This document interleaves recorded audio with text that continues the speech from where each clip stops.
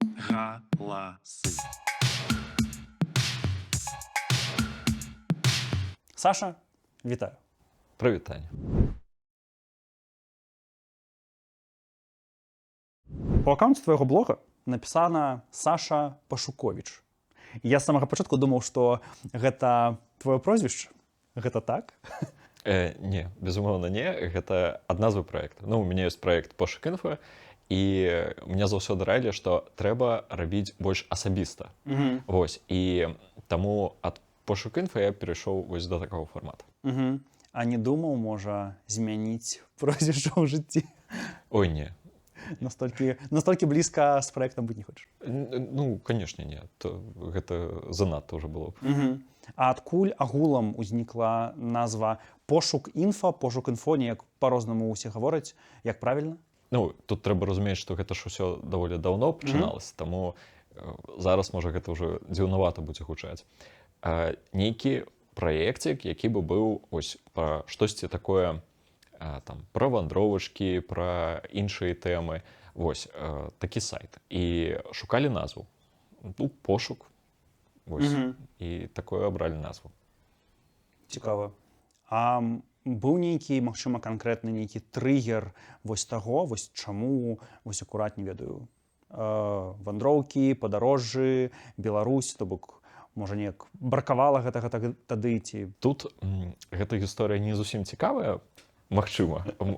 Яна якая, што, як уже казаў, мы хацелі з сябрамі стварыць праект. Тады была ідэя, як што гэта будзе пра не толькі пра вандроўкі, а крыху шырэй, пра розныя тэмы. Ну, то бок, гэта як інфармацыйны партал. То бок, мы думалі першапачаткова так.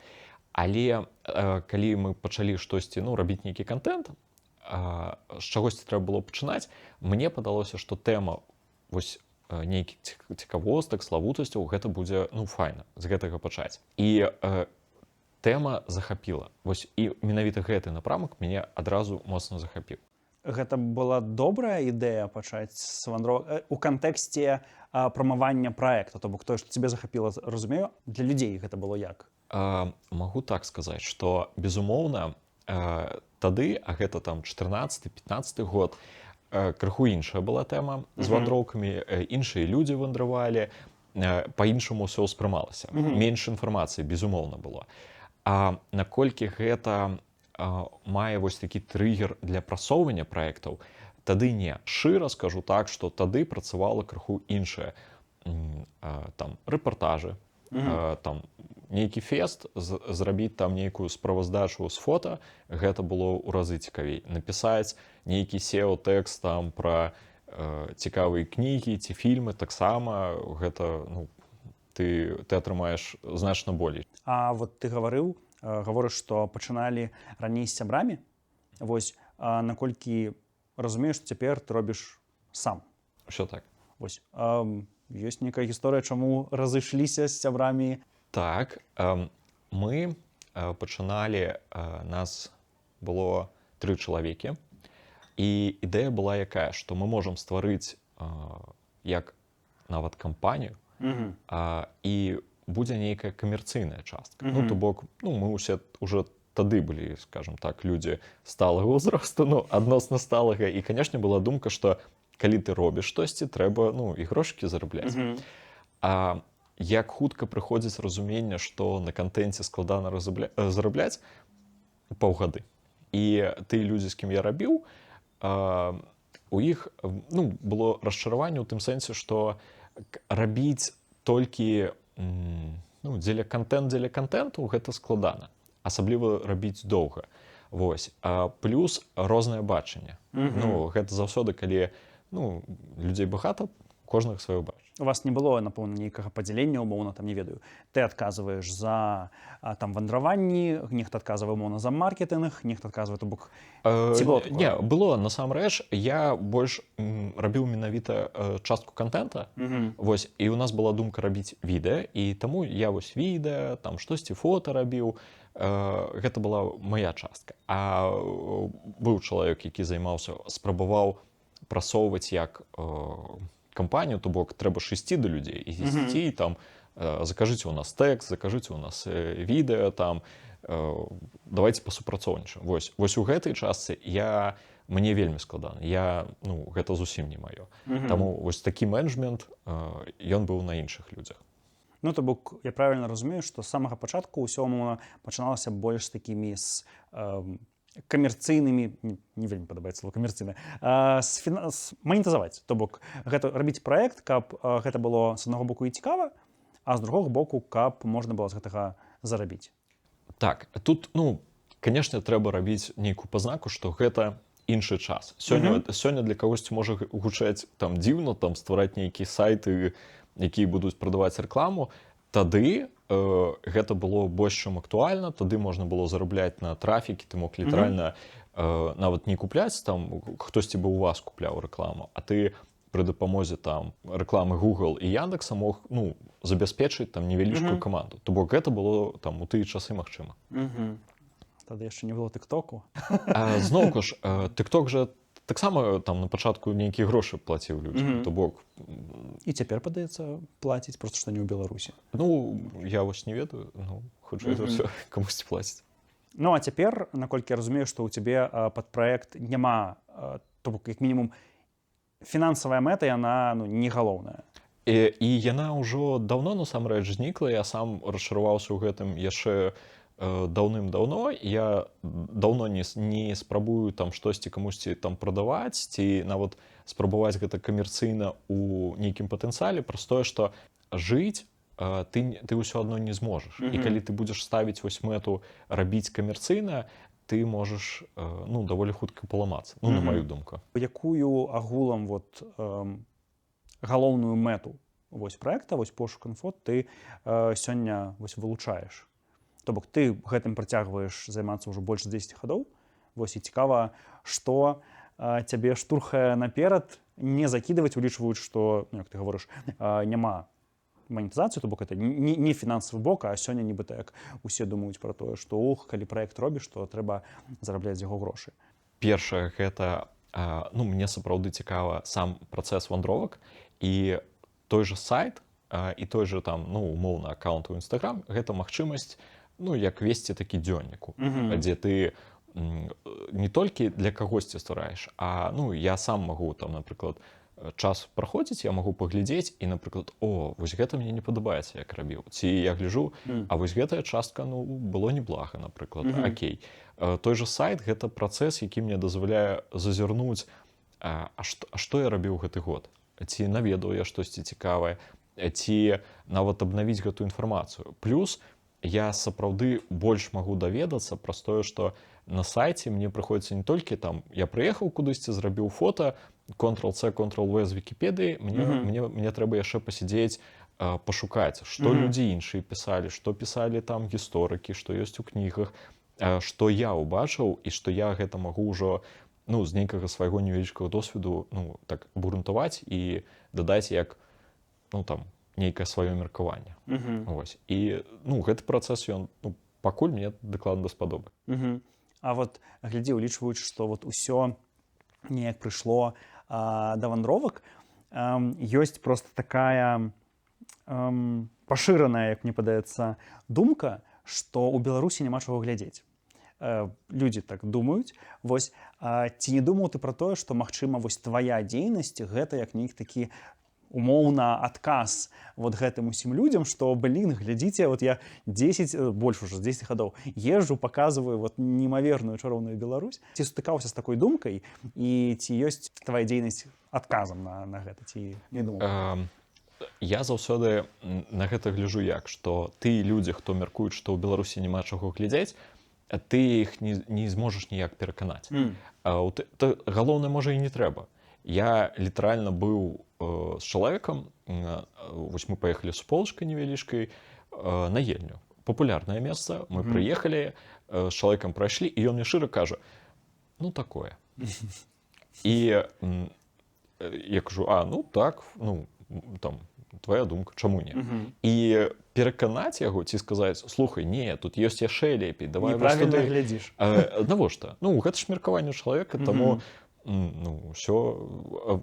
Праект як ідэя пераканаць там кагосьці, што не, тут ёсць што глядзець, ну, мне таксама складана ўявіць, што чалавек, які вось яму не падабаецца там вандраваць па Беларусі, ці ён не бачыць тут нічога цікавага, паглядзець там моўна на тое, што я запосціў, такі, о, не, там ўсё, змяніў думкі. Ну, я думаю, што гэта ў пэўнай ступені ўсё адно нейкая ёсць вот, ну, матывацыя. Думаю, што ёсць людзі, якія знаходзяцца, магчыма, на нейкім, ну, на нейкай сярэдзіне паміж тым, што ў Беларусі багата ёсць чаго і нічога няма, што яны, вот, натыкнуўшыся на твой аккаунт, такія, о, блин, так у Беларусі ёсць яшчэ больш нейкіх штук. Ну, то бок, это ёсць, напэўна, матывацыя, то бок, дзеля гэтага таксама блог. Калі такое, ну, здараецца, і, конечно, круто. Я просто чытаў каментары, людзі такія, часам такія, блин, там не ведалі, што вось гэта ёсць, што вось гэта ёсць.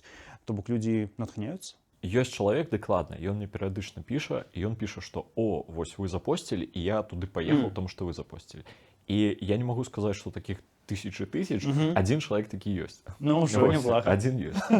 Уже няблага. Адкуль ты думаеш, агулам узнікла вось гэта думка пра тое, што у Беларусі няма чаго глядзець? Тут усё проста, я думаю, што гэта звязана з тым, што людзі параўноўваюць з іншымі краінамі, і, ну, асабліва тыя людзі, хто бываў, ну, паехаў, напрыклад, у Еўропу, паехаў у нейкі звыштурыстычны горад з гісторыяй не багацейшай за нашу, але з, ну, лепшым візуалам, ну, аб'ектыўна лепшым. То бок чалавек, напрыклад, прыехаў, ну, для прыкладу, там, Прага. Ён прыехаў, убачыў звышкрутыя касцёлы, там, нейкі замак, там, амаль што стары горад, там, вось уся гэтая забудова, і потым яму кажуць, слухайце, у нас ёсць там, напрыклад, Іўе, там ёсць старая забудова, паехалі ў Іўе. І ён, чалавек, які пабываў упершыню там у Празе, і з Беларусі вось выехаў у Іўе. Ну, ён жа будзе параўноўваць толькі два аб'екты. І, канешне, гэта, ну, відавочна, што так рабіць нельга, але, ну, гэта ж чалавечы фактар. Вось. І ён можа шчыра напісаць, што, ведаеце, ну, няма чаго глядзець. А ты думаеш, то бок, ці праўда гэта, што, напрыклад, у Беларусі проста мала папулярызацыі вось нейкіх гістарычных месцаў? Ну, можа, праз гэта ў нас неяк людзі просто, ну, яны, можа бы, і ездзілі б, але просто што не ведаюць. Ну, мне вось на гэты конт, мне падаецца, што у нас, як, нават я не думаю, што ў тых краінах, якія па памерах больш, чым наша, столькі ёсць людзей, якія там расказваюць пра свае цікавосткі. То бок у Беларусі, ну, там, мне падаецца, тысячы людзей, там пра вандроўкі столькі, што калі вы яшчэ там не ведаеце пра вандроўкі па Беларусі, жывя ў беларускам вось сегменце інтэрнэт, мне гэта, ну, нават дзіўна. То бок, у Беларусі расказваюць пра беларускую мову, пра культуру і пра вандроўкі.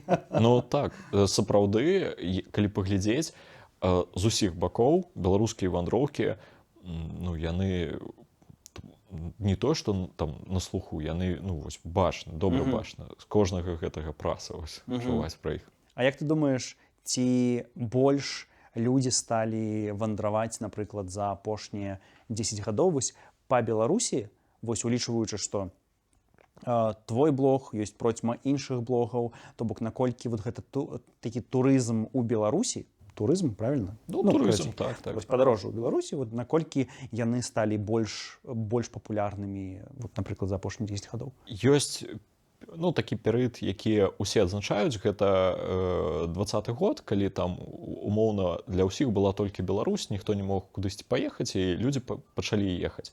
Але мне падаецца, што такія хвалі былі заўсёды, проста тут трэба крыху падзяляць тых людзей, хто цікавіцца вандроўкамі і турызмам. Ну, для мяне, напрыклад, вандроўкі гэта штосьці больш такое самастойнае. Ты без экскурсій, сам нешта пачытаў, там на машыне, цягнік, пешу, ровар, там, як заўгодна, і пагнаў.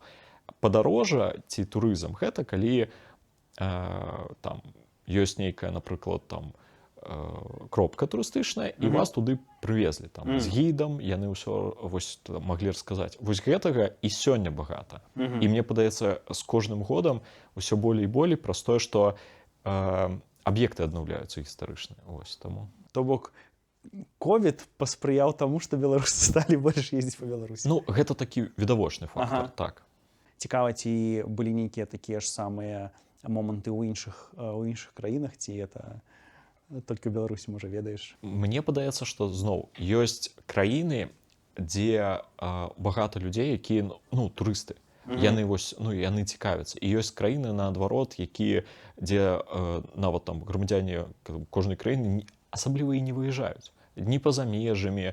Там мне падаецца, што тыя ж амерыканцы яны людзі, які не вельмі вандруюць. То бок у іх нават сваю краіну яны не так добра ведаюць. І наадварот, што калі нас там параўноўваць там з еўрапейцамі, еўрапейцы, я думаю, што сярэдні еўрапеец ну даволі добра мог аб'ехаць там суседнія там краіны, гарады ну пры тых жа самых магчымасцях. Вось. Як зрабіць вось вандраванне ў Беларусі яшчэ больш папулярнымі? То бок чаго нам бракуе?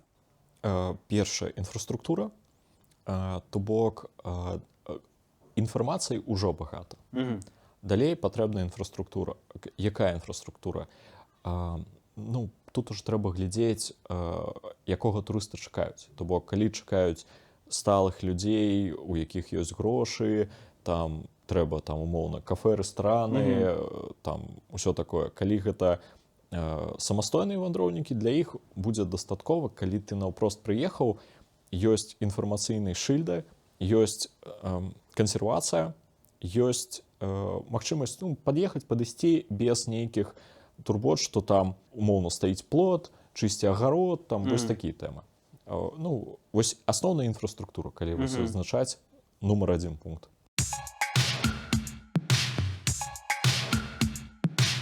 Саша, у цябе ёсць жонка, 2 каты і слімак, правильно? Усё так. Глядзі, жонка гэта жанчына сэрца, якая цябе падтрымвае, натхняе, кахае. Коцікі муркаюць, з імі весела, вось даюць себе лашчыць. Пытанне, што ў тваёй камандзе робіць слімак? Ён наўпрост сядзіць у скрыні і нічога не робіць. З ім можна неяк узаемадзеяць? Так, яго можна брызгаць вадою і частаваць ежай ўсё. На гэтым усё. Гэта такая вось такі хатні гадаванец. 3 рэчы, дзеля якіх варта наведаць Віцебск кожнаму беларусу. І чаму? Ох, вау. Нечакана. Чаму трэба наведаць Віцебск? Першае. Віцебск трэба паглядзець, каб зразумець, што гэта вельмі гістарычны горад. Горад, у якога столькі артефактаў, столькі цікавых фактаў, аб'ектаў. Там для вывучэння ну, проста безліч. То бок гістарычны аспект Віцебска, ён відавочна на першым месцы. Усё, што датычыцца мастацкай часткі, Віцебск заўсёды лічыўся, ну, я з Віцебску, таму там так дакладна лічылі, што гэта горад мастацтва, гэта горад музыкаў. І я не ведаю, ці так гэта сёння, але так было раней.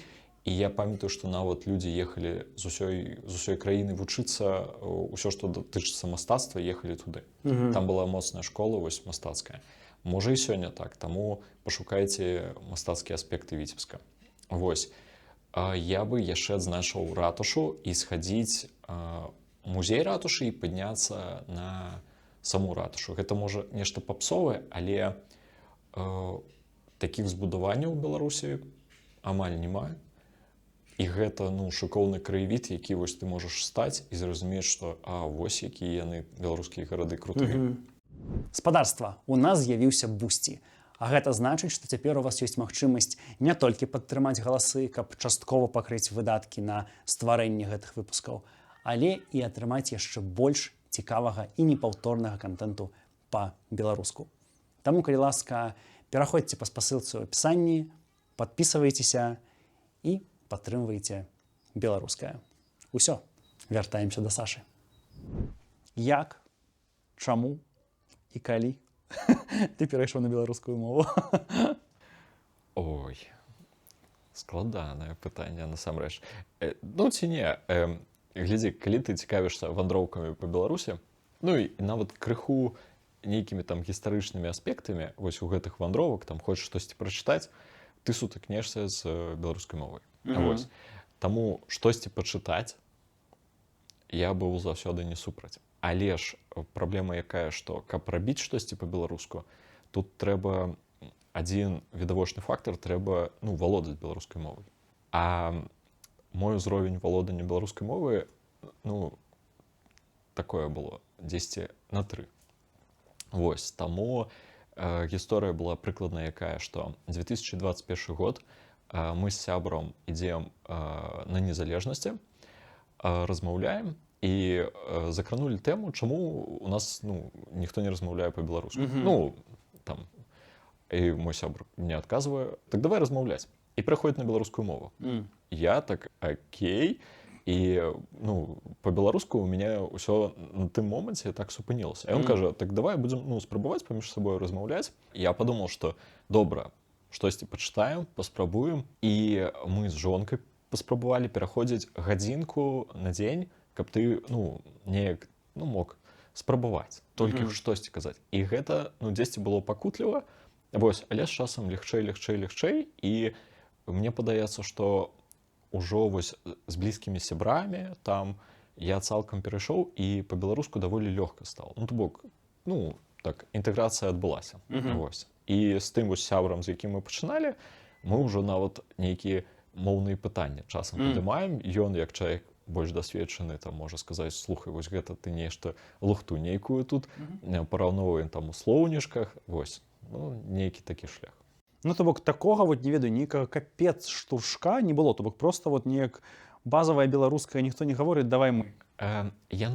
Я бы не сказаў, што вось тыпу ніхто не гаворыць, а будзем мы толькі вось размаўляць. Я відавочна перабольшую. Што у нас просто была, ведаеш, такая як невялічкая прага, каб ты вось гэтае паразуменне у кожнага чалавека, у кожнага беларуса, мне падаецца, не ў кожнага, але шмат у якіх беларусаў бывае, што а дзе яна вось гэтая беларуска, дзе я магу дакрануцца, дзе можна вось паслухаць, паглядзець, адчуць яе так крыху.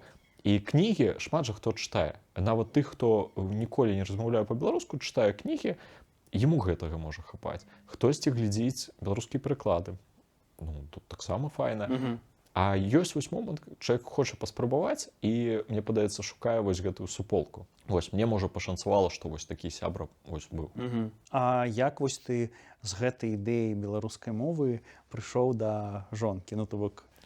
Гэта таксама досыць нармалёва, што па сутнасці дзесьці ў глыбіні у кожнага беларуса можа быць вось гэтая прага: а давай паспрабуем. Вось. І калі гэта ты людзі, якія могуць падтрымаць, якія не будуць там пхаць за тое, што памылка з памылкай, што націскі не тыя, словы не тыя, гэта ты блытаеш, там пагода надвор'я, там адразу лягчэй. То бок ты і ўсе пакрысе падцягваюцца. Мне падаецца, што гэта крута, што вы гэтым жаданнем супалі, бо ведучы сацыяльныя сеткі, ты сутыкаешся абсалютна з рознымі людзьмі, то бок нібыта якія беларусы жывуць у Беларусі, яны там не меншыя беларусы, чым ты, але пры гэтым у іх стаўленне да беларускай мовы бывае даволі дзіўнае. Клёва, што вы у гэтым паразумеліся і перайшлі. Зноў, мне падаецца, калі людзі блізкія, гэта было б дзіўна, каб мы не паразумеліся ў гэтым пытанні. Ёсць такія гісторыі. Не буду спрачацца, мне складана такое ўявіць, што вось у нас будуць такія нейкія дыяметральна супрацьлеглыя такія бачання на нейкія рэчы. Я згодны, бо это ўсё ж такі беларуская мова частка каштоўнасці для каштоўнасцяў для пэўных людзей, таму, а людзі ж яны сыходзяцца на супольных каштоўнасцях. Ты перайшоў на беларускую мову, то бок пакрысе пачаў пераходзіць. Вось як гэта адбілася на блогу? Ведаеш, я нават не магу згадаць нейкага нават кропелечкі негатыву. То бок, мне падаецца, тыя людзі, хто цікавіцца вандроўкамі, на якой бы мове яны не рабілі, гэта звыш такія інтэлігентныя людзі, якія і па-беларуску пачытаюць, і паслухаюць, і нават не звярнуць увагу. То бок, яны могуць адказаць па-руску, я таксама, гэта выбар кожнага чалавека, таму з блогам ніяк. І гэта дзесьці ўжо 3-4 гады я па-беларуску большасцю раблю, і мне падаецца, што, можа, апошнія 10 000 чалавек, гэта вось тыя людзі, якія ўжо падпісаліся, калі было па-беларуску. Гэта клёва. Гэта клёва. Насамрэч, я таксама не да канца разумею, калі мова яна выклікае нейкія нейкія пытанні, улічваючы, што беларусы ведаюць і беларускую, і расійскую, то бок, нібыта, якая розніца, на якой мове у цябе блог. Вось. Я просто сутыкаўся з такімі момантамі, то бок, калі людзі негатыўна ставіліся да таго, што там праект перайшоў на беларускую, напрыклад, што вот вы заўсёды, ты вот, напрыклад, свой праект вёў 10 гадоў, а цяпер вядзеш яго па-беларуску. То бок, навошта гэта, як мне, не мне, але пад адзін праектам пісалі, навошта вы кабэльваецеся?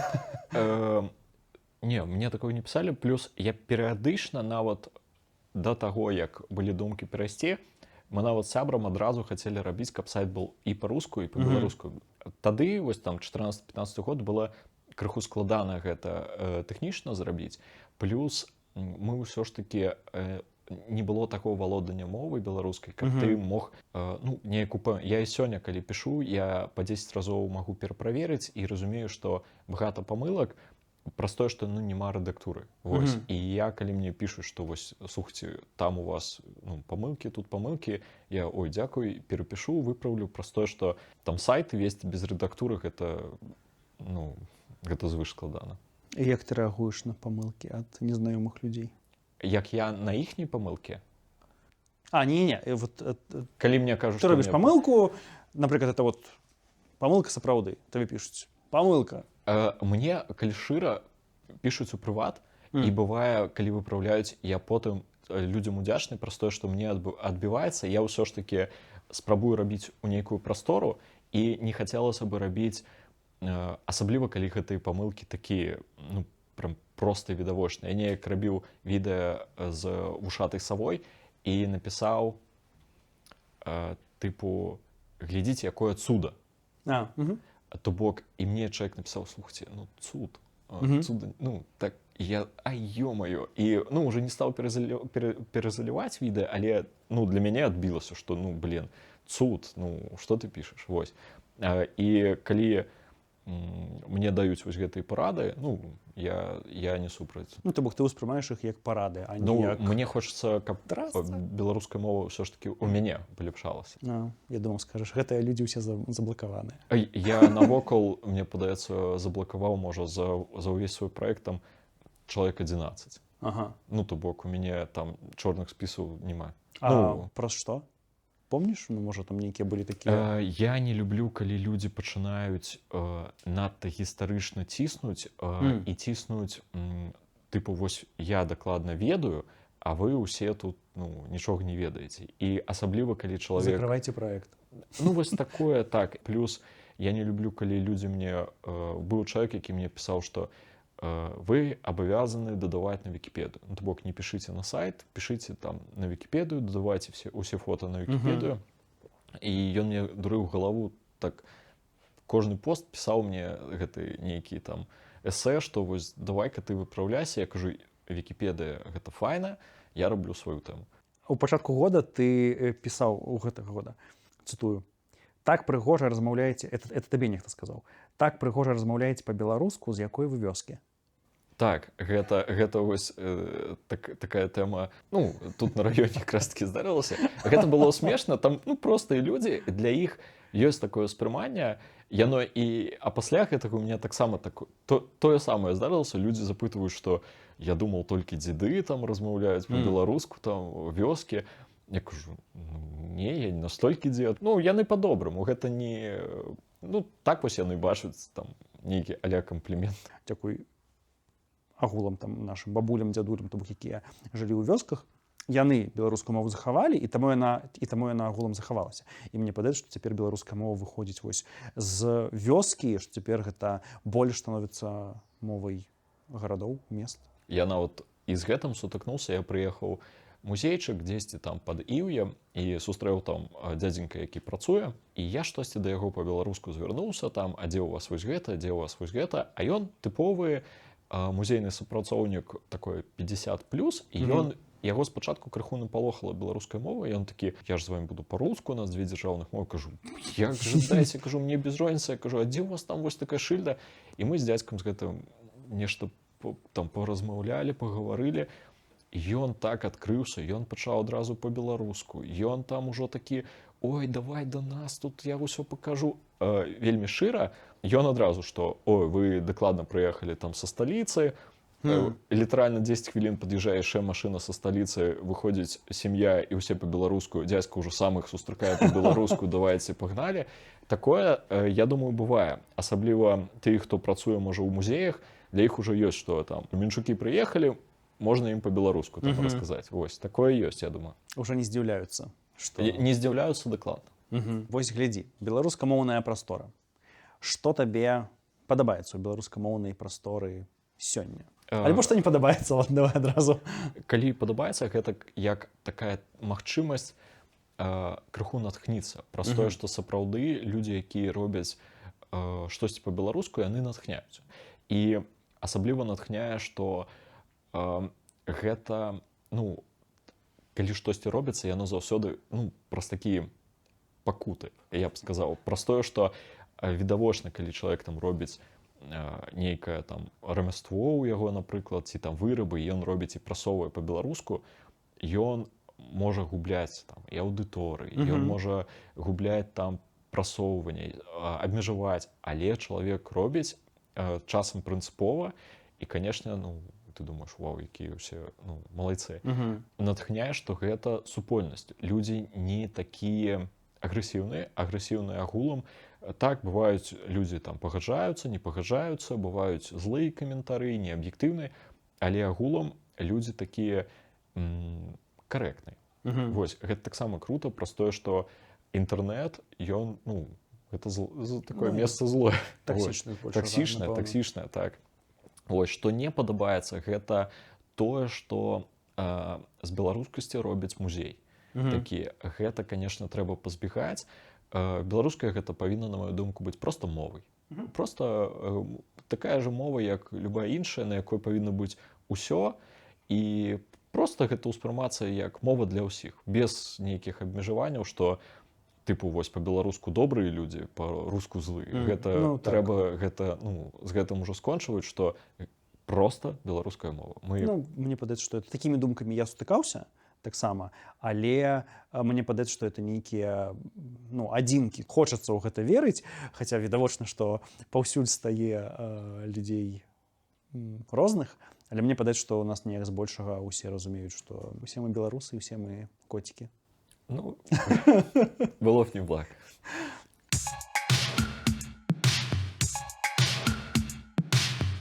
Ты неяк пісаў, цытую, заўважыў, што стаў тым самым дзедам, які бурчыць, ох, ужо гэткія зумеры, у нашыя часы такога не было.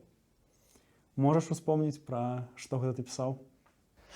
Так, пра што гэта я пісаў? Гэта штосьці былі працоўныя нейкія аспекты, дзе я сутыкнуўся вось як гэтай такія відэа-мемчыкі, калі ты, ну, напрыклад, прыходзіш у кавярню, там, добрый дзень, як вашы справы, мне кая ласка каву, а чалавек глядзіць такі, тыпу, каву? Ну, окей. Вось, і у мяне штосьці такое было вось як з відэа. Таму, мне падаецца, гэта адтуль.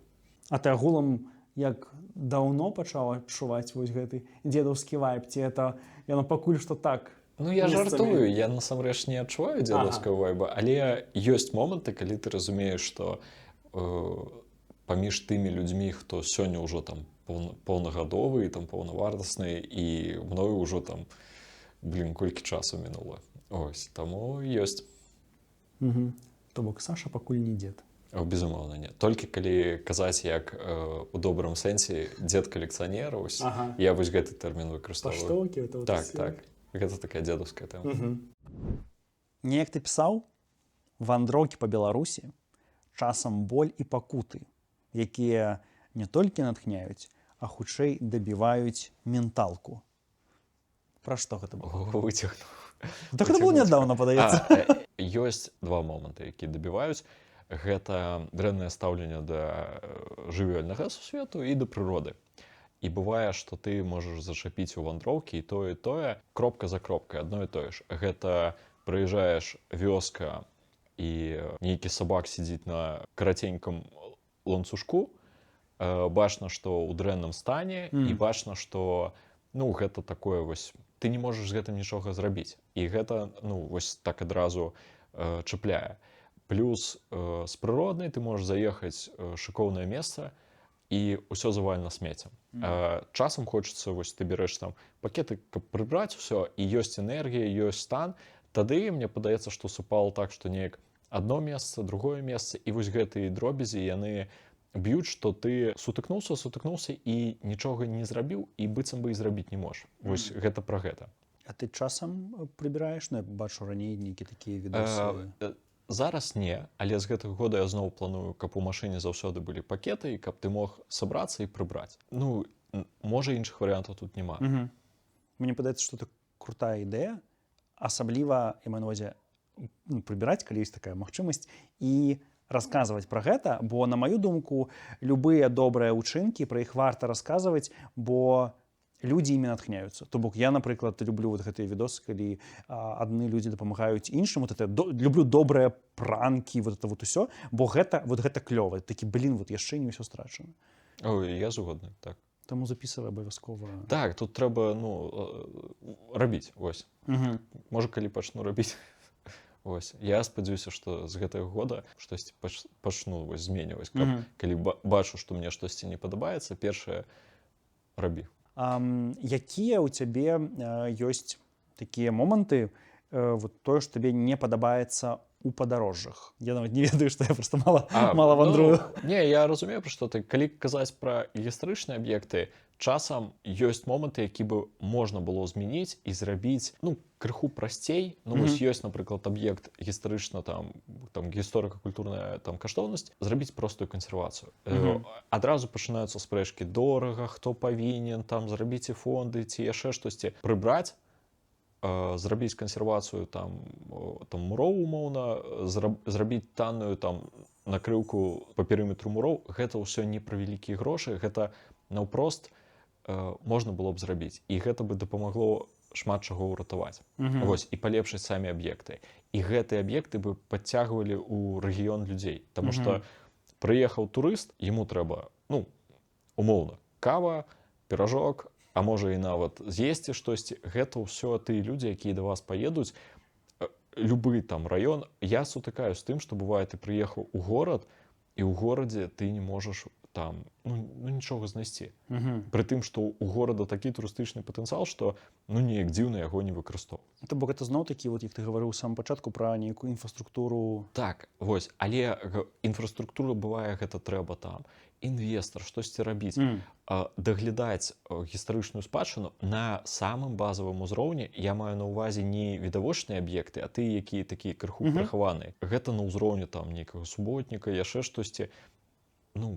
Калі магчыма, гэта было б крута. Я заўсёды думаю, чаму не? Адваротнае пытанне, што табе прыносіць асалода ў падарожжах для цябе, у чым? У беларускіх вандроўках ёсць круты фактар. Ты можаш быць першым турыстам. То бок ты прыехаў, нікога не будзе. Ты сам пахадзіў, сам паглядзеў. Такое складана ўявіць у нейкіх краінах, які такія звыштурыстычныя, дзе будзе кіпа турыстаў, усе ракурсы аднолькавыя, а тут ты ходзіш вось нават такое пачуццё, што ты штосьці другім пабачыў, ці трэцім, у першай сотні, дакладна. А вот як гэтыя месцы, не ведаю, шукаць, як ты іх шукаеш? Гэта класіка. Ёсць розныя іншыя праекты, відавочныя глобус Беларусі, дзе ёсць усё, ёсць іншыя мапы, карты, дзе ёсць безліч кропак. Плюс у кожным нашым горадзе штосьці ёсць. Магчыма, пра гэта ніхто не піша, ніхто не робіць фота, але штосьці так ёсць. Відавочна, што тыя месцы, пра якія напісана, там ужо нехта быў. Вось, ці быў у цябе такі досвед, што ты вось кудысьці едзеш вось проста неяк на здагад, то бок такі, не ведаю, паеду у гэтую мясцовасць, там магчыма, не ведаю, адчуваю неяк сэрца, нейкі досвед, там нешта будзе. Гэта даволі часта у мяне здараецца. Я магу праехаць, нічога відавочнага няма, вось такое я адзначыў, што сюды заехаць. Нават ехалі апошнім разам з Беразіно, напрыклад, куды мы у бок Бабруйска, хоп, дарога, едзем, і нейкі каменьчык.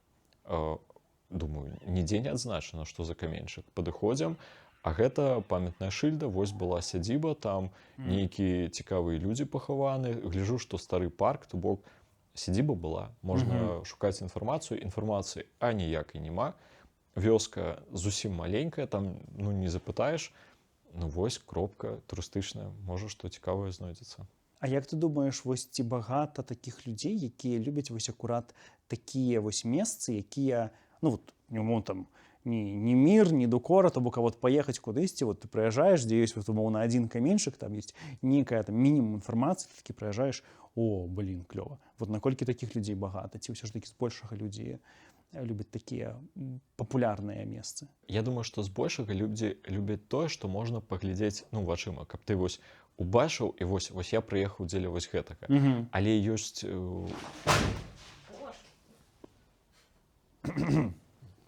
Бандзюханы. Але, конечно, ёсць тых, хто і цікавіцца. Можа, чалавек 100, я думаю, знойдзецца. Вось ты, наколькі я зразумеў, вот раней цябе цікавалі вось занятбанкі, потым гістарычныя будынкі, цяпер цікавяць страчаныя будынкі. Вось то бок цябе ідзе такі, як это наадварот нейкае развіццё ці уверх уніз, я не ведаю. У бок. Да. Так. Чаму так адбываецца? То бок вот гэты пошук, вот ён чаму так адбываецца? Проста праз тое, што не ведаю, ты ўжо ўсё вот там гістарычнае, тое, што вядомае, там паглядзеў. Ведаеш, я гады, можа, 4, плюс-мінус кудысьці туды. Гэта Віцебская вобласць, вёска Бачэйкава. Калісьці прыехалі туды, вось жонка якраз, і гэтая лакацыя у мяне вось самая такое улюблёная, калі ты прыязджаеш, і я жонкі кажу, што вось глядзі, вось як тут цікава. Яна заўсёды, на што глядзець? Я кажу, вось тут быў палац. Яна такая, ой, як цікава, які палац, нічога няма, але мы ходзім, і я разумею, што цэгла, розныя каменьчыкі, вось яно вось паўсюль. Але падмурка ўжо знайсці немагчыма.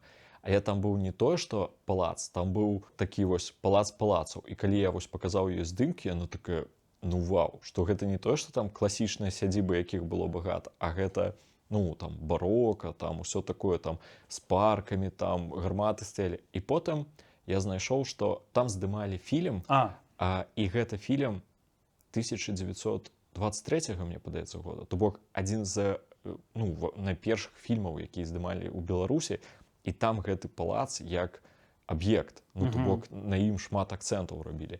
І, канешне, калі ты разумееш, што ты вось такое можаш знайсці, гэта натхняе. Ты прыязджаеш у лакацыю і думаеш, вау, сапраўды, няўжо ж вось тут такое стаяла?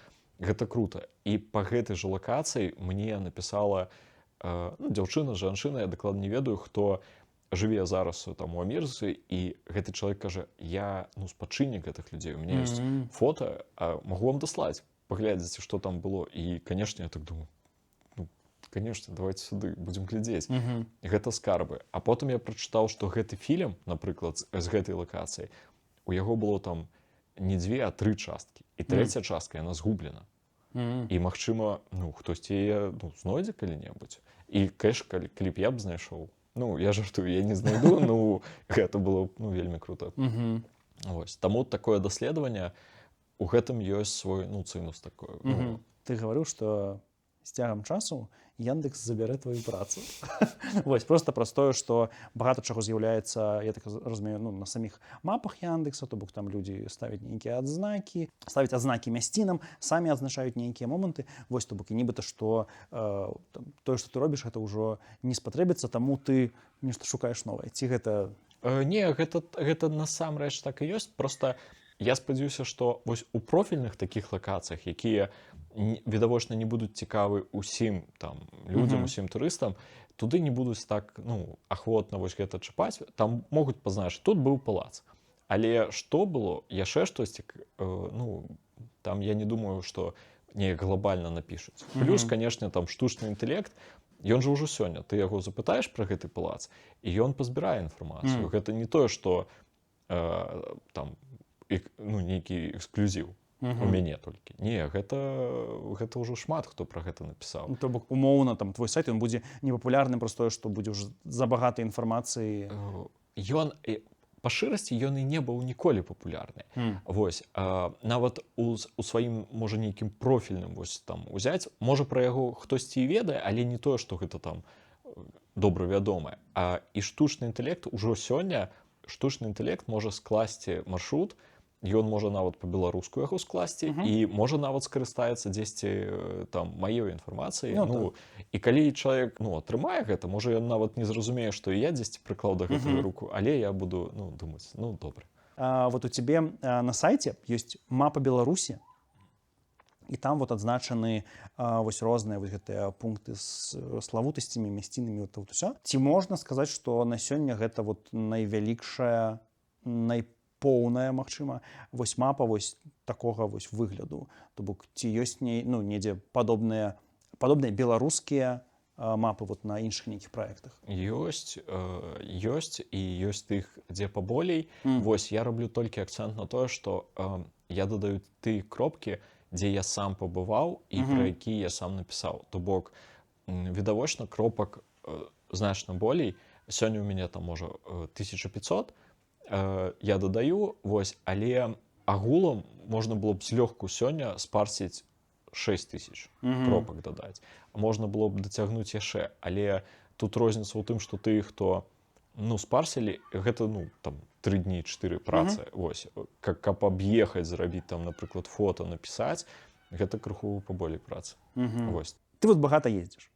Якія ёсць вось хітрыкі для падарожжаў? Ты калісьці ў адным інтэрв'ю расказваў ужо пра іх, але, магчыма, з'явіліся нейкія новыя, то бок агулам можаш паўтарыць, бо я пераканы, што не ўсе, магчыма, глядзелі. Не памятаю нават, якія хітрыкі казаў, таму будзе цікава. Першае, гэта, канешне, рыхтуйце першую кропку. То бок, лягчэй за ўсё рабіць маршрут як, што абірайце глобальны аб'ект, нейкі, які вас павінен зачапіць. Іх не так шмат, але яны ёсць па ўсёй краіне. Абралі і ўжо потым дадавайце кропачкі. То бок, каб вас крыху пашырыць. Дадавайце больш, чым зможаце наведаць. Праз тое, што будзе у вас у спісе 10, але на ўсё часу вам не хопіць. Таму можна ехаць там вось з такім нейкім улікам. Памятайце, што панядзелак заўсёды выходны ў музеях. Лепей не ехаць. Памятайце, што ў выходныя багата людзей. Калі гэта касцёл, царква, трэба ведаць, што ёсць там у касцёле імша, напрыклад, і ты зайсці зможаш, але там будуць людзі. І не ўсе рады, калі там будзеш хадзіць, там фота рабіць, паважайце. З царквой тое самае. Вось, па магчымасці шукайце, калі вы такі вось чалавек адказны і гаварлівы, можа дамовіцца з кімсьці, таму што ёсць безліч людзей, які на мясцовасці з вам змогуць цікава штосьці расказаць, распавесці там пра гісторыю, і іх вось літаральна ёсць на кожным аб'екце такі чалавек ёсць. Галоўнае яго знайсці. Цікава, што гэта абсалютна іншыя хітрыкі ў параўнанні. Тое добра. У параўнанні. Вось, я на ўсякі выпадак проста пра тыя, якія былі мінулым разам. Мне падаецца, проста это база, то бок гэтае важнае таксама. Ты мінулым разам гаварыў пра камфорт. Вось, што трэба ездзіць з камфортам. О, цікава. Наколькі агулам у гістарычных месцах, напэўна, у самых папулярных, напэўна, з камфортам усё добра, напэўна, у менш папулярных як? Зноў-такі тут пытанне да нейкай інфраструктуры, што ў нас ёсць, дзе можна яшчэ расці. Канешне. І тут залежыць ад таго, хто паехаў у вандроўку. Так, ты же... Вось, калі чалавек, якому дастаткова там нейкі буцік, гарбатка і ўсё, а што яшчэ? Вось, калі вам трэба там нейкая рэстарацыя, падрыхтуйцесь. Ёсць такая імавернасць, што вы можаце прыехаць у Клёцк і рэстарана там з чымсьці асаблівым там не будзе. Не будзе там беларускіх крэветак. Так, я бы сказаў, што хутчэй за ўсё не. Так, вот гэта быў першы момант камфорт. Другі момант гэта надвор'е. Мне падаецца таксама проста база. База, але зноўку ж, вось зараз забагата гэтых клішоў. І калі вы вырашылі, што добры час паехаць, напрыклад, там у нейкую там занедбанку да нейкай сядзібкі, ну такой занедбанкі, дзе клішы можа не трэба. Лепей паехаць узімку, лягчэй падысці, дрэваў няма, зможаце файна паглядзець. І наадварот, калі гэта паездка там да нейкага касцёла, які там з інфраструктурай, з паркам, пачакайце лета, калі будзе прыгоженька. Трэці момант, то бок першы гэта быў камфорт, другі гэта надвор'е, трэці беларуская Вікіпедыя. Ты гаварыў, што трэба быць умоўна падрыхтаваным да той мясціны, у якую ты едзеш, то бок трошкі пачытаць. Зноў-такі, мне падаецца, што тут проста капец як актуальна, бо калі ты хоць трошкі больш ведаеш пра тое месца, куды ты едзеш, гэта клёва. Наколькі беларуская Вікіпедыя, наколькі там багата інфармацыі? Тут зноў усё трэба параўноўваць, але багата. Чаму вось гэты пункт? Тут жа зноў пра аспекты якога кшталту. Ты глядзіш не толькі агульную інфармацыю, тыпу, калі пабудавана, як выглядае, але бываюць дробязі і падказкі, на што звярнуць увагу. Там, мне падаецца, я тады рабіў гэты прыклад, што там вось гэтай Камаі, там, напрыклад, вёска, там ёсць касцёл, і там схавана за алтаром, там старая, такі вось, ці ікона, ці штосьці такое. І што на яе трэба паглядзець, ты, калі ты не даведаўся гэтага, загадзя, ты, магчыма, прыехаў і нават можаш не звярнуць увагу. А калі ты прачытаў і ўжо ведаеш, што вось гэта мне трэба паглядзець, ты можаш нават падысці і запытаць: слухайце, а дзе ў вас? Калі не ведаеш, ты проста прыехаў, могуць не расказаць, і ты потым ужо прыедзеш, будзеш дома глядзець прыгожыя здымачкі і узгадаеш, што вось гэта-то я прапусціў, таму рыхтуйцеся. Ці ёсць у Беларусі нейкія пераацэненыя месцы? Напрыклад, вось усе такія гэта база, туды трэба ехаць, это там найлепшае месца, а насамрэч месца добрае, але, напрыклад, ёсць больш нейкія, умоўна, больш каларытныя месцы, якія дадуць яшчэ больш разумення пра Беларусь, але проста, што не такія папулярныя. Ёсць тыя людзі, якія скажуць, што, слухайце, вашы замкі гэтыя, яны, не такія яны ўж круты. Але, зноў, у параўнанні з чым? З чым параўноўваць? Зноўку ж, калі чалавек едзе, напрыклад, паглядзець занядбаную сядзібу, тут пра падыход, што ён чакае, што ён убачыць, і, канешне, ёсць, аналогіі, што яшчэ падобнае паглядзець. Будуць тыя сядзібы, якія цікавее, і там нейкі будзе более такі маляўнічы краявід вакол, будуць тыя, якія лепей захаваліся, ці якія цалкам адноўленыя, навошта глядзець занядбаныя. Таму тут ад падыходу, я думаю, залежыць. І, напэўна, тады не зусім будзе дарэчнае і супрацьлеглае пытанне, ці ёсць, умоўна, нейкія недаацэненыя месцы. Хаця, можа, улічваючы твой досвед, ты там багата дзе быў, такі, ёсць нейкае месца, усе ездзілі, проста што пра яно не папулярнае. Нават банальна узяць Гродна, ты прыехаў у Гродна, пра яго ведаюць усе. Туды ўсе кажуць, што самы прыгожы горад, а, напрыклад, пра Гомель кажуць: нешта там у Гомель, што туды ехаць? Гомель таксама прыгожы горад, там таксама цікава. І калі параўноўваць, што Гомель будзе такі недаацэнены, калі параўноўваць з Гродна. Проста, што ён, умоўна, не на слыху, і таму... Неяк усе аддаюць перавагу, што Гродна, там Еўропа, там такая забудова, а што Гомель таксама будзе чаму здзівіць. То бок, але мне падаецца, што 10 чалавек запытай, 9 абяруць Гродна. Ёсць у цябе, не веду, там, 3 месцы, якія, на тваю думку, яны, умоўна, недаацэненыя. Калі няма, таксама нармальна. Яно, безумоўна, ёсць, проста тут мне складана менавіта з таго пункту гледжання, што тыя лакацыі, якія мне даспадобы, яны будуць, можа, не такія прывабныя. Вось, што мне, напрыклад, вельмі падабаюцца Савічы, ёсць такая вёсачка, і там быў маёнтак Вайнілоўскіх. Але, зноўку ж, казаць, што гэта нейкае месца, якое там вось паглядзіць, яно такое крутое, трэба туды ехаць. Яно цікавае з гістарычнага пункту гледжання. Там ёсць, напрыклад, крыпта, якую можна параўнаць з крыптай, якая там у Нясвіжы, самая такая вядомая. Але шмат вось гэтых але там будуць.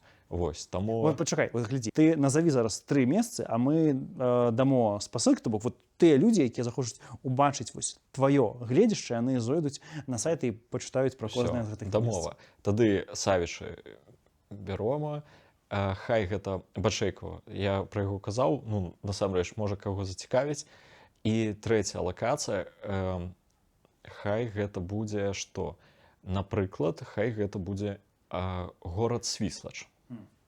Праз тое, што гэта горад, невялікі, але гэта горад. І мне падаецца, туды не тое, каб багата хто ездзіў, а ёсць што паглядзець. Спасылкі будуць у апісанні. У папярэднім інтэрв'ю ты расказваў адну гісторыю такую трошкі жахлівую, адну расказваў смешную. Вось, раскажы і для нас, магчыма, нейкую жахлівую і смешную, прыемную і непрыемную. Непрыемная гісторыя. Гэта зноўку ж мястэчка Смальяны, я пра яго даволі часта кажу. Там у меня здарыўся непрыемны момант. Я прыехаў туды з сябрамі. Нас прыехала туды багата, і я выйшаў, там ёсць, ну, такая невялічкая цэнтральная плошча. Выйшаў, мы падумалі, што можна там стаць, і я ўжо такі, як экскурсавод сваім сябрам, што вось зараз мы туды пойдзем, зараз сюды.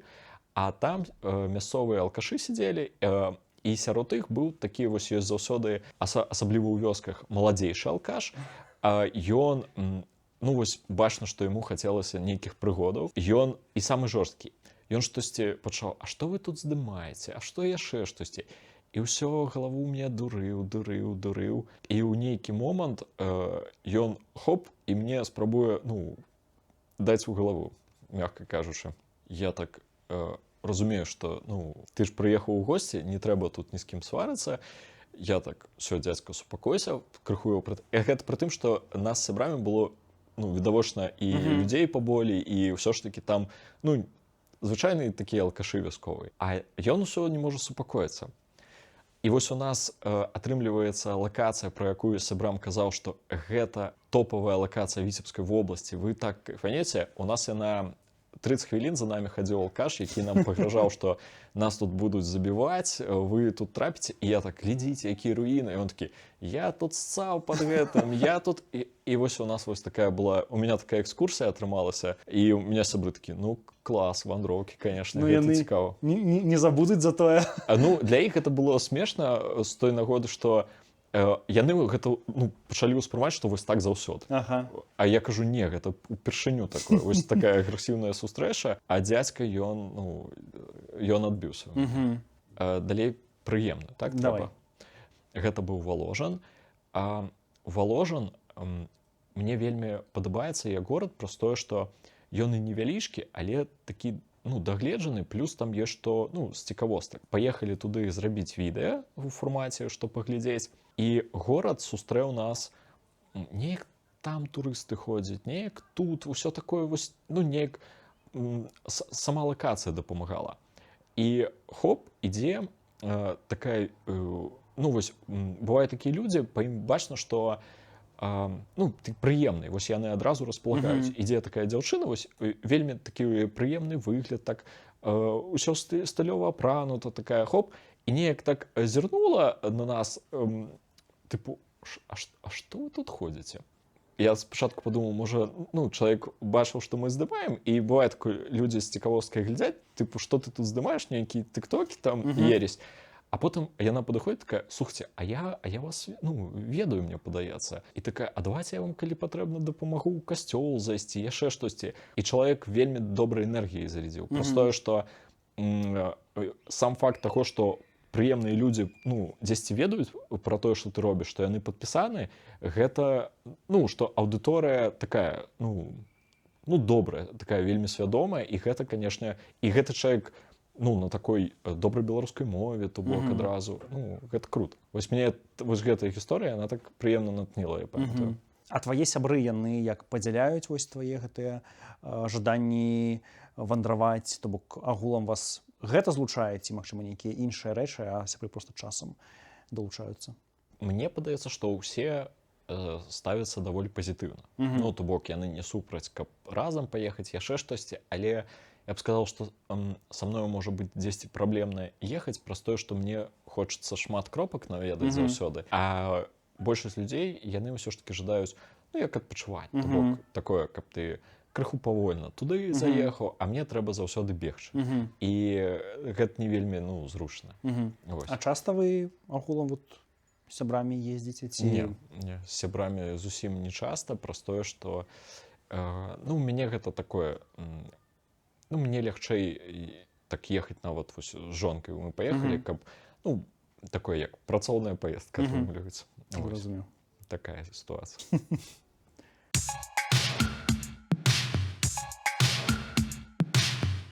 Чым ты займаешся ў свабодны ад блога час? Можа, маеш нейкія хоббі? Хоббі. Я займаюся бёрдвотчынгам. А вось гэта такое хоббі. Збіраю паштоўачкі, крыху катаюсь на скейтбордзе, на сноубордзе. Вось. Ты, падаецца, першы чалавек у маім жыцці, які катаецца на скейтбордзе.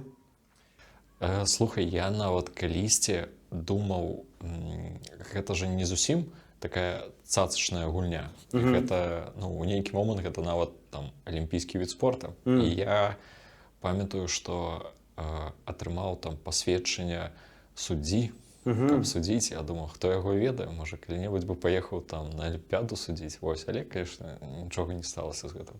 Чаму?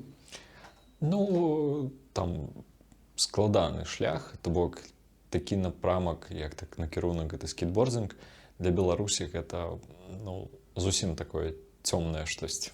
А ў нас агулам гэта папулярна, непапулярна? Час папулярнасці дакладна сышоў. То бок ён прыйшоўся там, можа, там на 2000, ну, гэта груба 10-й год, вось такое.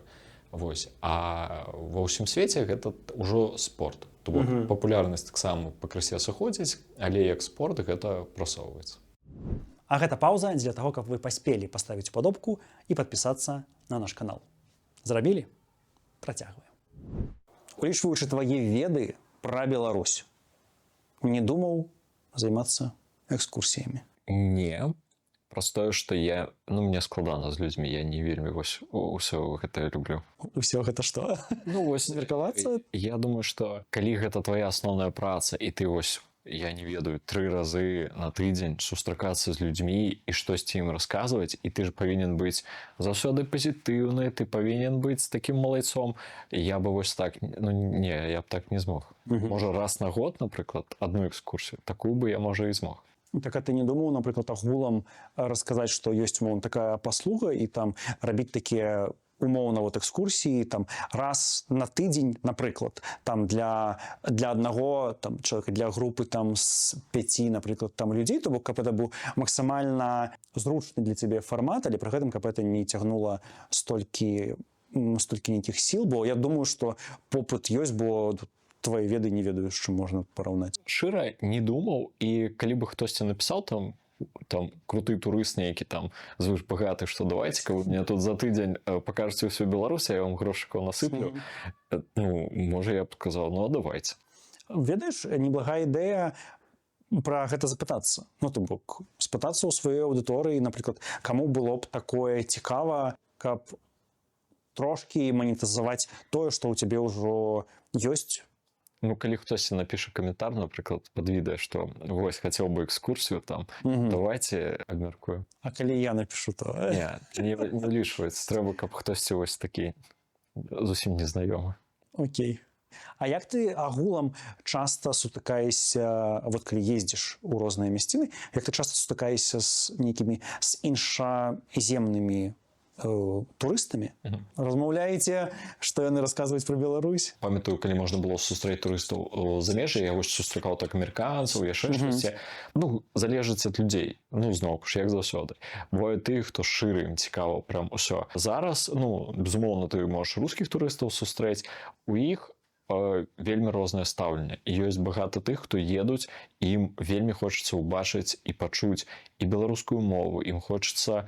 Ну, яны ж едуць як у іншую краіну. То бок ім, ну, ім не хочацца якраз такі, вось у мяне думка такая, можа, я не маю рацыі, але што навошта ім ехаць там умоўна за сталінскім ампірам сюды, навошта ім ехаць сюды за матрёшкамі, калі гэта у іх усё ёсць, і гэтага там, ну, гэтага багацей аб'ектыўна. А там цікавых абрадаў, іншай мовы, іншай культуры, вось гэтага, ну, дзе яны могуць паглядзець? Толькі ў іншай краіне. Таму я сустракаў турыстаў рускіх, і у мяне ёсць гіды знаёмыя, хто казалі, што рускія турысты просяць а можна з намі па-беларуску, нам хочацца пачуць, як гэта гучыць, каб вы нам расказалі. Хочацца верыць, што такіх людзей з іншых краін будзе больш, якія будуць прыязджаць і патрабаваць беларускую мову. Гэта ж, вось па мне, я калі еду ў іншую краіну, я ніколі ў мяне не будзе такой думкі, што о, вось бы мне там беларускага. Я еду за іншай культурай у іншую краіну. Не, ну это я таксама цалкам падзяляю гэтыя думкі, але мы ўсё ж такі сутыкаемся ў Беларусі з розным. Так, таму тут ужо там дзелюсь нейкім сваім досведам. Вось, не, ну гэта круто. Я нават пра гэта і не думаў. Ты вось сказаў, што прыязджаюць людзі, і яны, то бок, падзяляюцца на тое, якім, напэўна, дужа падабаецца вот это ўсё беларускае, а ёсць людзі, напэўна, якія прыязджаюць і ім як не вельмі падабаецца беларускае. Я думаю, ёсць тыя людзі, якія едуць сюды без нейкай мэты. Ну, то бок, ты тыпу, вось, тур на выходны. Ты прыехаў, і гэтыя людзі, можа, таму іх негатыў нейкі ці нейкае стаўленне. Яны просто прыехалі, просто паглядзелі, просто адпачнулі, з'елі там мяска умоўнае, там, пахадзілі. Дранікі, вось, і ўсё. Таму навошта чакаць там чагось ад людзей, які прыехалі просто адпачнуць вось фізічна. Чаму цябе навучыла твая дзейнасць? То бок тут вось і пошук, падарожжы, птушкі, паштоўкі. Вось, то бок, ці ёсць нешта такое, што вот ты да таго, як пачаў гэтым займацца, ты чагось не ведаў, вот потым пачаў займацца, і это нешта было, вау, нейкае такое адкрыццё. Будзе звыш банальны адказ, але гэта адкрыццё Беларусі. Праз тое, што большасць людзей, і я ў гэтым упэўнены, хто тыпу там павучыў гісторыю ў школе, прачытаў там, можа, там людзі на балоце умоўна, яшчэ штосьці, і лічыць, што ўсё, нават з'ездзіў там у абласныя там гарады, а гэта агульна вось тое, што зверху пра Беларусь. Калі пачынаеш паглыбляцца, ты значна больш пачынаеш адкрываць такіх момантаў, якія могуць гучаць неяк невідавочна. Гэта звязана з тым, што дзе сцяжыначкі перасекаюцца, што адбывалася там, якія падзеі былі тут. Ты пачынаеш гэтыя падзеі ўспрымаць праз лёс там умоўна нейкай сядзібы ці нейкі касцёл, які захаваўся, і ты разумееш, што ён тут стаіць там 400-годдзя, ты разумееш, што гэта ж, вау, колькі часу. І ён вось лепшы напамін пра тое, што мы жывем у краіне, у якой багатая гісторыя. Таму, так, вось такі банальны адказ. Рэча, вот у межах вось гэтага досведу, гэтых ведаў, ці можаш вспомніць некую такую вот гісторыю, ты прыехаў, знайшоў вось нешта не капец такое папулярнае, але даведаўся вот гісторыю гэтага месца і такі проста вау, гэта неймаверна. Давай, каб у нас спасылак было не шмат, зноўку ж пра Савіча. Калі пачытаць пра Савіча, я не вельмі дасканала, штосьці я напісаў пра іх. Ёсць па-руску, ёсць па-беларуску, можна пачытаць. І Савічы гэта ось у сэнсе, што калі ты чытаеш гісторыю, гэта супер круто. То бок, тут не ўсё можна расказаць, але ёсць тэмы, якія мяне там я калі вось чытаў, я думаў, як так? І наадварот, тое, што я разумеў, што людзі, якія былі датычныя да гісторыі, які быў складаны там перыяд, Савічы так уразілі, што капец. І, дарэчы, гэта звязана з гісторыяй сталіцы. Чырвоны касцёл, да якога датычны Эдвард Ваніловіч, вось гэта ты самы Савіч, дзе ён жыў. Таму вы заўсёды зможаце знайсці сувязь. Вы прыехалі ў нейкую вёску, дзе падаецца, што нічога няма, а там жыў той чалавек, які датычны да адной з галоўных цікавостак сталіцы. Ты займаешся блогам вот ужо там 12 гадоў там плюс-мінус. Ці быў момант, магчыма, помніш яго, калі хацелася ўсё кінуць, што ўжо неяк усё абрыдла, я не ведаю, там, магчыма, нейкай няма папулярнасці, няма грошай, і ўсё, нікому гэта не трэба, буду проста сам ездзіць і нічога больш не буду рабіць. Перыядычна раблю перапынкі, калі ёсць такое адчуванне, што кудысьці не туды. Было тройчы, калі ламалі сайт, і адзін раз здарылася так, што я ўжо не мог аднавіць, моцна ўсё пазлетала, шмат фота згубілась, тэкстаў, і я наўпрост падумаў, што ну, гэта знак, што ну, ўсё, ну, не было вось гэтае жаданне ну, нешта перарабіць, такое было. І я адчуваю, што дзесьці вось на гэтай тэме вандроўнай вось я падышоў да мяжы. Ну, то бок, тая беларуская аўдыторыя, якая ёсць, я думаю, што ну, ўсё, што магчыма, каб яны даведались пра мяне, я зрабіў. Пашыраць яе, можа, магчыма, але ну, незначна. Вось, таму ці трэба штосьці яшчэ, ці шукаць вось, ну, нейкі іншы шлях, які бы мог ну, неяк прывабіць іншых людзей. Вось. Як гэта зрабіць, ну, я думаю, пакуль. А у тебе вот няма нейкіх вот выгаранняў, умоўна, ад того, што ты Мне робіш? падаецца, кожны месяц у мяне такая думка, што, ну, можа, хопіць. Вось, у сэнсе, што, ну, тыпу, ну, гэта не тое, каб там карысна, патрэбна, і ты, ну, тыпу, зрабіў, яно ёсць. Вось. Але без нейкага такога, што, вау, я раблю там нейкую цікавую тэму. Такое, ну, даволі часта здараецца. А як ты працягваеш? У мяне з праектам звязана тое, што мне сам працэс падабаецца вось гэтай рабіць нататкі, дзе ты вандруеш. І таму нават калі Інстаграм я там магу падумаць, што можа хопіць, а сам працэс вось гэтага дзённіка на сайце, дзе ты з'ездзіў кудысьці напісаў, вось ён мне ну, падабаецца. Вось гэты працэс падабаецца вельмі. Таму ён ну, пакуль цягнецца, вось. Але калі гэта паламаецца, напрыклад, сайт, і я не змагу ніяк аднавіць, вось тут будзе, я думаю, складана. Нанова я б дакладна не стаў пачынаць. А ты нідзе не захоўваеш? Я захоўваю, але ну, вось тэхналогіі зменьваюцца, і ёсць магчымасць, як можна ўсё ну, там, умоўна пахеріць, і ты ўжо не зможаш нічога аднавіць.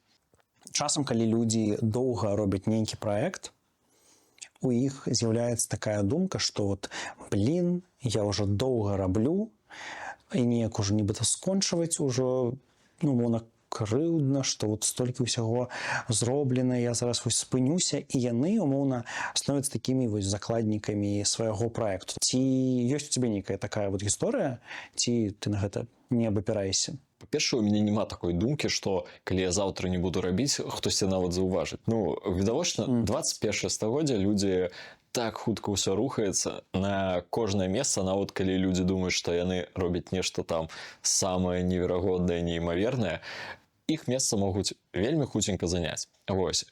Плюс інстаграмы, тыктокі, ўсё гэта, ну, людзі спажываюць такую колькасць контента, і ім будзе нават складана заўважыць, што там праект нейкі знік. А табе не падаецца, што вот твой праект, ён, ну, трохі глыбейшы за умоўна базавыя там тыктокі. От тыкток, я думаю, што для большасці ён спрымаецца як лёгкі такі дапамін. Вось. А твой праект, ён не зусім пра лёгкі дапамін. Прынамсі, то бок тыя відэа, якія ты выкладаеш, яны трошкі з іншай мэтай, таму это будзе больш заўважана, чым знікненне нейкага блогера, які здымае нейкія жартлівыя відэа. Магчыма, калі так, канешне, прыемна, вось, але... Я так успрымаю, прынамсі. Ну, дзякуй. Вось, але я разумею, што сённяшні контент – гэта хуткасць. То бок, я памятаю, калі я рабіў, напрыклад, суполку ў Контакце, так, і там людзі літаральна пісалі паведамленне, а дзе сённяшні пост, што, дзе новое месца. То бок, і ты разумеў, вось твая аўдыторыя. А сённяшні, ну, у TikTok не напішуць, што, а дзе відэа, а што вы там, а чаму не здымаеце? То бок, ну, толькі праз тое, што гэтага багата. Людзі контент атрымліваюць звыш нормы. Можа, столькі і не трэба, колькі ёсць яго. Ты падаецца, што не так даўно агулам пачаў выходзіць там тварам у блог, то бок, это ж... Мне захацелася спрабаваць пашырыць аўдыторыю, і пашырыць можна як? Это, ну, такая даволі, ну, парада, якую ўсе ведаюць. Хочаш рабіць, ну, нейкі праект, контент, а людзі павінны ведаць, хто. Мне, дарэчы, неяк пісаў чалавек, што вось вы не вельмі добры чалавек, вы же твар хаваеце. Я кажу, я не хаваю, я кажу, я раблю ад, вось, ну, як ад праекта. Вось. Ну, гэта капец, як дзіўна. Ці дапамагае табе нехта з праектам, з... не ведаю, з выявамі, з відэа? У мяне жонка моя, і для яе гэта ёй не тое, каб вельмі цікава гэта ўсё, але ну гэта як такое, я ёй у чымсьці дапамагаю, яна мне. Вось. Агулам, наколькі вот гэты працэс стварэння вось контенту, там, Instagram, TikTok, наколькі ён складаны, наколькі ён агулам цябе, умоўна, не ведаю, там, задавальняе. Напрыклад, сённяшнім днём ёсць магчымасць там аддаць гэта на нейкі там на фрыланс такі, вот я паддаў бы і ўсё. Мне бы хацелось рабіць камандай, калі ёсць суполка, гэта, па-першае, можна было б зусім з іншай якасцю рабіць, плюс можна было бы пашыраць розныя тэмы, контенту паболей рабіць. Гэта было б круто. Вось. Але чаму ад гэтай ідэі я ўжо даўно адышоў? Кожны чалавек, які штосьці робіць, ён павінен атрымліваць, ну, ці заробак, ці штосьці. Я разумею, што на вось такога кшталту контент, як я раблю, вельмі складана дастаць грошы не той, што ты там на паесці зарабіў, а каб грошы менавіта на праект. Таму гэта, ну, прыцягваць людзей, казаць ім, што слухайце, давайце там папрацуйце за так. Ну, гэта толькі калі чалавек, напрыклад, менавіта энтузіаст, і ён сам кажа, вось, слухайце, для мяне не грошы, мне так цікава вось гэтая тэма. Ну, то бок агулам ты не супраць, каб, не ведаю, можа зараз нас нехта паглядзіць такі і скажа, што о, блін, я там раблю вось гэта і магу дапамагчы вось гэтым. Мне чалавек вось толькі, можа, на гэтым тыдні ці на мінулым кажа, слухайце, я там вось гэты рэгіён добра ведаю, у меня шмат фота старых, сучасных, вось вам архіў, карыстайцеся. Ну, я вялікі дзякуй. Вось. І ў мяне адразу нататнік, я пазначыў, памяціў, што ёсць інфа, ёсць чалавек, з кім можна трымаць сувязь. Проста праблема далей якая, што каб мне пра гэта напісаць, нават пра тое, што ён мне даслаў, ну, трэба час. Я напішу, але калі, ну, тут уж як адбудзецца. Таму, ну, я спадзяюся, што такія людзі проста не крыўдзяцца. Для мяне гэта звыш карысна, я заўсёды вельмі ўдзячны, але фізічна я не ўсё паспяваю. Карацей, шукаем людзей, калі гэта вы, пішэце. Вось. На пошту. Ну, на пошту? Конечно. Ну, я не ведаю, чаму... Instagram, то... Не, мне вельмі падабаецца, калі людзі пішуць на пошту. Ну, гэта так. Так, то бок вам 36+, і вы напішце на пошту. Ладно, окей, мы пошту дадамо. Я маю на увазе на пошту такую лісты пішуць. Калі вам 6... Не, гэта самае крутое, конечно. Улічваць, што вот мы паднялі вот гэтую тэму трошкі пра грошы, ці ёсць хоць нейкі прыбытак вось з праекта? Ой, не, яго ніколі не было, і гэта я б сказаў, што з улікам таго, колькі ёсць невідавочных момантаў, якія тэхнічныя там па сайту, колькі я на адное паліва, ну, калі вось так уже там глядзець, вось, я гэта так не ўспрымаю, але, канешне, не. Ну, то бок, я нават тут... У мяне перыядычна былі прапановы, што давайте там пасупрацоўнічаем, яшчэ штосьці, але тыя грошы, якія людзі прапаноўваюць, мне ці прасцей не рабіць, ці я раблю бясплатна, але з тымі людзьмі, хто мне даспадобы. Бо калі цікавы, напрыклад, ну, нейкая культурная тэма, ці вось нейкая лакацыя, пра якую можна расказаць, і гэта, ну, крутыя людзі, ой, задавальненне. Вось, і я б нават з іх не ўзяў грошы, калі б яны сказалі, што, слухайце, у нас там крыху ёсць.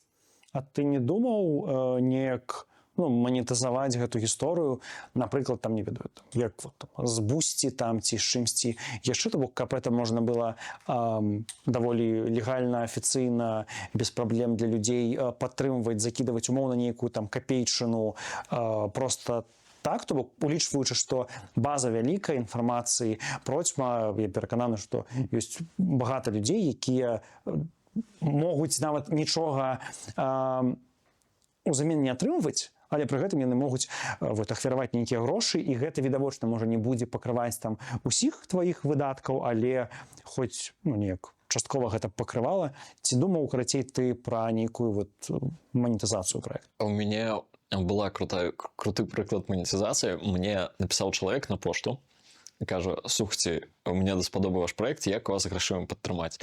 Я кажу, а ніяк. Ну, у мяне няма там нейкае гэтага індывідуальнага прадпрымальніцтва, там нічога такога, я гэта ўсё даўно ўжо гэта закрыў. Але я кажу, слухайце, можаце набыць мне паштоўку?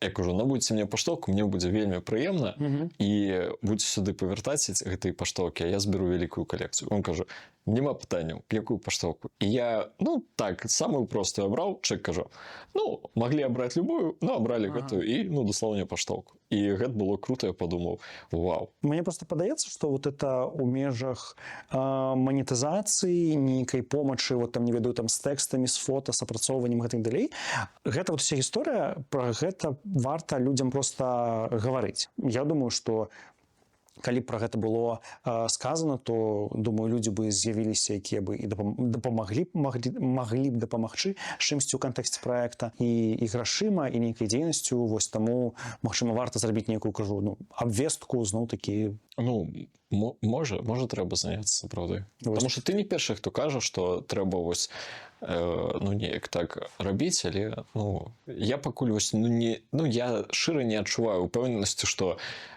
гэта будзе. Вось, можа, там трэба рабіць і глядзець. Ці думаў ты пра нейкі іншы фармат, напрыклад, відэаблог, напэўна, ці ёсць, можа, у планах такое? Ёсць у планах. У мяне нават яшчэ у 24-м годзе я зрабіў, ён не скончаны, але ён усё так цягнецца. Гэта як відэаблог вандроўны, але фармат іншы, не па Беларусі, а ў іншую краіну.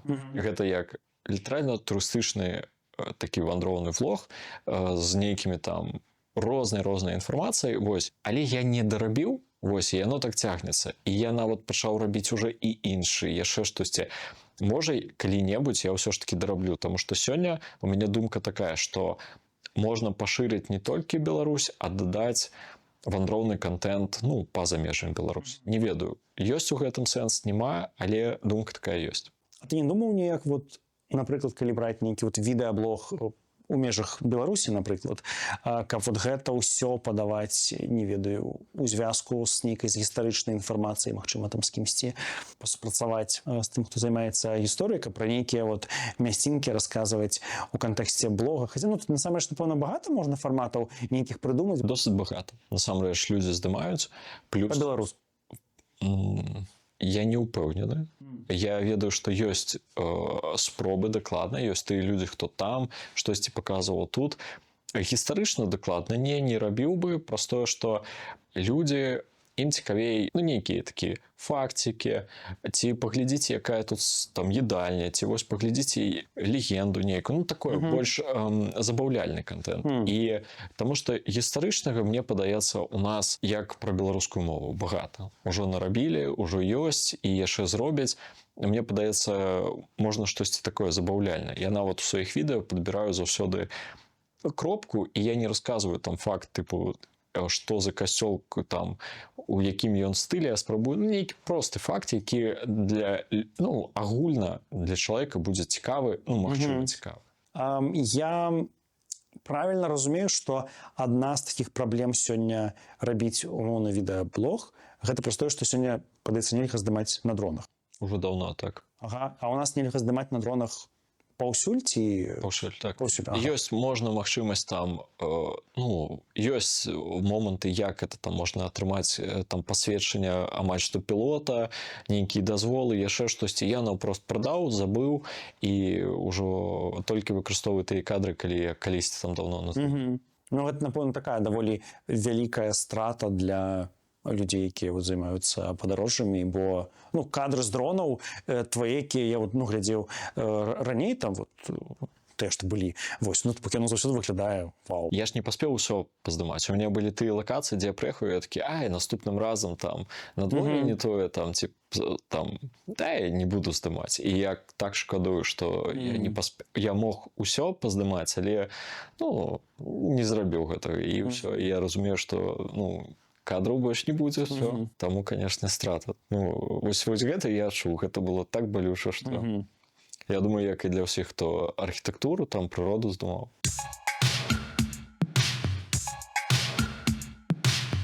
Беларусы, якія ствараюць нешта не па-беларуску і не пра Беларусь, яны, на твою думку, дзеячы беларускай культуры альбо не? Можа, нейкі прыклад? Ну, то бок, напрыклад, ёсць нейкі спявак. Ён, напрыклад, спявае не па-беларуску, не пра Беларусь, у ягонай творчасці нічога беларускага няма, акром таго, што ён нарадзіўся ў Беларусі. Ён дзеяч беларускай культуры, на твою думку? На маю думку, так. Калі для чалавека гэта патрэбна, і ён неяк у яго ёсць вось гэтая пазіцыя, што ён беларускі дзеяч, ну, то бок ён гэта дзесьці падкрэслівае ці пазначае, канешне, ён, ну, беларус. Вось. Калі гэта хтосьці іншы пазначае яго як беларуса, гэта ўжо крыху іншая гісторыя. Таму што асноўнае, я лічу, што ўсё ж такі патрэбна, каб чалавек вось сам мог нейкую ідэнтыфікацыю даваць, ну, там, хто ён. І калі для яго гэта там варта, патрэбна, окей, беларус, на якой бы мове не рабіў, там, я не лічу, што хтосьці там мае вось гэтую нейкую такую моц, каб кагосьці выкрэсліваць праз, ну, нейкія там абставіны. Вось. То бок гэта, па-першае, трэба адчуваць, што, ну, гэта для чалавека патрэбна. Ёсць безліч музыкаў, для якіх гэта ўсё, ну, такое, ну, нейкае непаразуменне, навошта яму навокал там лічыць, там, што ён беларус ці хтосьці яшчэ, не патрэбнае нават пытанне, я думаю. Наколькі ты думаеш, важна дадаваць агулам нешта беларускае, нейкі беларускі кантэкст, беларушчыны не толькі пра мову, а агулам пра нейкія вось гэтыя лейтматывы месца, дзе ты нарадзіўся, дзе, магчыма, жывеш, вось наколькі это важна дадаваць? Для кожнага, я думаю, што гэта, ну, штосьці такое асабістае, але, ну, ёсць прыклады, так, там, узяць, напрыклад, там, гурт Motorhead і там ягонага стваральніка Лемі. Ён жыў у Амерыцы, але ён заўсёды казаў там, што я там, ну, адкуль я. То есть адкуль наша музыка пайшла, што там вось моя радзіма там. Гэта пры тым, што ён там грамадзянства іншай краіны атрымаў, усё, што ён спяваў, ну, англійская мова. А ён сам адкуль? З брытанца. Вось. То бок, той факт, што ты нарадзіўся там, напрыклад, ну, калі вось мы кажам у Беларусі, але, ну, не, напрыклад, няма сувязі, навошта чалавека цягнуць. Вось як іншыя будуць пісаць, не, ты ж нарадзіўся. Ну, нарадзіўся. Усё. Як і ёсць і адваротныя прыклады, калі людзі не нараджаюцца, а у іх такія падыходы, што ты, вау, думаеш, самы беларускі беларус. Таму гэта ўсё пра такое сваё адчуванне. Як адчуваеце, так і трэба жыць. Тут меліся быць пытанні ад нашых бусці-падпісальнікаў, але іх пакуль няма. Таму будуць пытанні не ад бусці-падпісальнікаў. У цябе супольна з лёгкаю моваю выйшаў гід вось «Беларусь у тваім фокусе». Што гэта? Гэта ўсё ж такі хутчэй не да мяне пытанне, праз тое, што я дапамагаў з маршрутамі, я дапамагаў з фота і, ну, крыху з тэкстамі агулам, ну, тыпу рэдактура не граматычная, а, ну, такая агульная рэдактура пра тэкст. Вось. Гэта ўсё ж такі праект, ну, менавіта лёгкая мова. Вось. Я просто падабаецца сам праект, і калі Евгенія, ну, запытала там, ну, пасупрацоўнічаць, я заўсёды адкрыты для такой супрацы. Калі б ты мог даць адну параду людзям, якая б гэта была парада? Усім навокал людзям? Вот каб усе людзі проста пачулі тое, што ты ім скажаш. Ну, штосьці проста.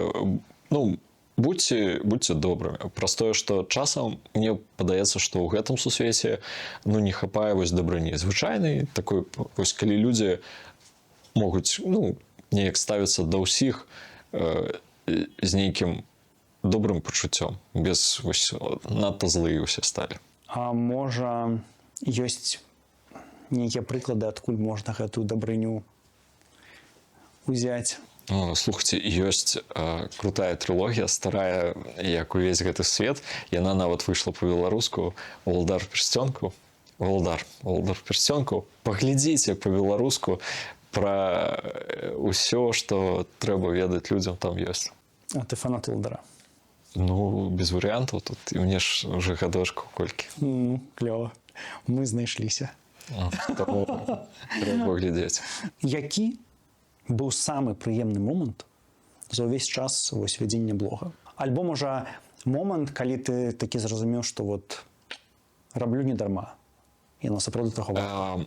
Мне тут такое, калі магчыма, хай застаецца крыху загадкавае, мне аднойчы пакінуў падабайку чалавек, да якога я з вялікай павагай стаўлюся як да прафесіянала. І ён мне паставіў падабайку, я падумаў, калі такія людзі заўважылі мой контент, так можа не дарма раблю. Ось, было прыемна. Таму агулам падабайка ад прафесіянала. Не падпісаўся чалавек? Не падпісаўся. Ну ладно. Але падабайку пакінуў, так ужо штосьці. Бліц. Падарожжы ці скейтбординг? Ты тут неяк так паставіў мяне. Гэта, усе чакаюць падарожжа, хай буду падарожжа. Окей. Падарожжы альбо бёрд-вотчынг? Падарожжа. Окей. Гэта вельмі складана. То бок. Птушечкі. Падарожжы ці збіраць паштоўкі? Падарожжа. Аднавіць занятбанку ці пабудаваць нешта новае? Аднавіць, конечно. Твоя самая любляная страва? Бліны з творажком. Такія. 100 тысяч падпісальнікаў ці атрымаць дазвол здымаць з дрона? Дазвол з дрона. На дзень вярнуцца ў мінуўшчыну або на дзень трапіць у будучыню? У будучыню трапіць. Было б цікавей. Чаму? Можа, даведаўся б там штосьці з крыптой, во што трэба ўкласціся, і павяртаць да твайго пытання ўжо не трэба было б працаваць. Адзін крок, і ўсё, і ты вырашыў там і фінансаванне праекта, і ўсё. Звышздольнасць, якой бы хацеў валодаць? Тут ты, канешне, запытаўся. Тут, канешне, я бы абраў штосьці там вандраваць у часе, але ты тут ужо задаваў пытанне. Калі можна так вандраваць у часе, было б цікава. Такое. Тыпу павяртацца там на 15 хвілін назад ці наперад, такое штосьці. У які бы час бы хацеў бы вярнуцца, напрыклад? Ёсць нейкі такі гістарычны? Вось гэта ад паштовак. Я калі пачаў збіраць паштоўкі, мне вельмі цікава вось гэты пачатак 20-го стагоддзя. Мне падаецца, што вось нашы гарады было капец, як цікава паглядзець. Вандраваць самастойна ці ў кампаніі? З жонкай, можна так, з кампаніяй. У нас такая, мы разам вандруем, тому я самастойна, і мне ўжо складана. Вось бёрдвотчынг — гэта соло, толькі адзін. А такі, неяк я ўжо звыкся. Найлепшае, што ёсць у Беларусі, гэта? Людзі. Мне падаецца, што тут яшчэ. Чаму людзі? Чаму беларусы? Я не скажу, што ўсе яны лепшыя ці нейкія там звышасаблівыя. У кожнай краіне галоўная каштоўнасць — гэта людзі. То бок, гэта датычыцца любой краіны. У мяне такі падыход, што без людзей краіна — гэта толькі назва. Таму толькі людзі, якія ёсць, але гэта заўсёды лепшае, што ёсць. Краіна — гэта ж канцэпт насамрэч. Так, таму. Ці ёсць у беларусаў, на твою думку, нейкая асаблівасць, якой яны вылучаюцца? Не буду гаварыць, што яна ёсць толькі ў іх, але напрыклад, штосьці ў беларусаў, што іх вылучае сярод іншых? Я бы сказаў так, што беларусы яны вельмі сціплыя. Калі ты паедзеш у любую там падарожжа, у любое падарожжа па-за межамі Беларусі, ты беларусаў пазнаеш нават не праз беларускую мову, а ты пазнаеш праз сціпласць. Ты ўбачыш, што калі чалавек неяк сціпла штосьці абірае ў краме, размаўляе так павольна, не гучна, гэта, магчыма, беларус. І вось колькі мы кудысьці ездзілі разам з жонкай, бывало такое, што людзі ў краме, і ты адразу: гэта дакладна беларусы. То бок яны па-руску размаўляюць, але ты бачыш, што гэта 100% свае людзі. Я бы сказаў, што беларусы сціплыя. Дранікі з мукой ці без? Я з мукой заўсёды раблю. Я разумею, але я так з Гэта жарт, дзяцінства- гэта жарт. Не, я ведаю, што там крыўда, што толькі бульба там усё. Ну, есть такое. Я крыху дадаю, і я з дзяцінства вось мне так, ну, так, я памятаю, бацька у мяне навокал рабіў гэты велізарнейшы такі дранік, ён усю гэтую патэльню, вось такую на ўсю патэльню, на вялікую гэтую тарку і хоп. Ранішні пірог. Не, але гэта ўсё адно быў. Потым я даведаўся, што па сутнасці гэта такі хэш-браун. Вось, але, ну, я такое з дзяцінства еў. Таму. Каб любіць Беларусь нашу мілую, трэба ў розных краях пабываць. Ці не? Так, калі чалавек кудысьці з'ездзіць, я думаю, што гэта дапаможа яму зразумець, ці ёсць у яго прага да роднага куточка. Калі ў яго атрымалася нават дзесьці пажыць, можа, гэта прага толькі павялічыцца. Вось таму трэба ездзіць кудысьці яшчэ. А ніводнага дня ты не можаш пражыць без... Салодкага. Ну, пра жонку я ж не буду казаць, гэта відавочна, але калі такое штосьці матэрыяльнае, гэта салодкае, так. Якая твоя любимая салодкасць? Усё, што з цукаром, давайце, я ўсё з'ем. Згушчанка глыбоцкая ці рагачоўская? Ну, глыбоцкая, так. Чаму? І, ну, я заўсёды, мне глыбокая падабаецца, таму, ну, падаецца ўсё аднолькава, але, ну, я глыбоцкую выбіраю. Праз тое, што глыбокая, ну, круты горад. Ну і апошняе. Як знайсці тое, што шукаеш? Ну, можна там у чата GPT запытаць, я не ведаю. Ну, зараз жа 21 стагоддзя, таму карыстайцеся гэтымі тэхналогіямі. Усё шукайце. Усё там. Не думаеш, што ён нахлусіць? Ну, ён тады, можна ж яго запытаць, ты хлусіш, і ён, калі пачне выбачацца, то можа і хлусіць. Карацей, усе адказы. Усё ёсць ужо. Так. Супер. Усё? Все, дзякую за размову. За гутарку.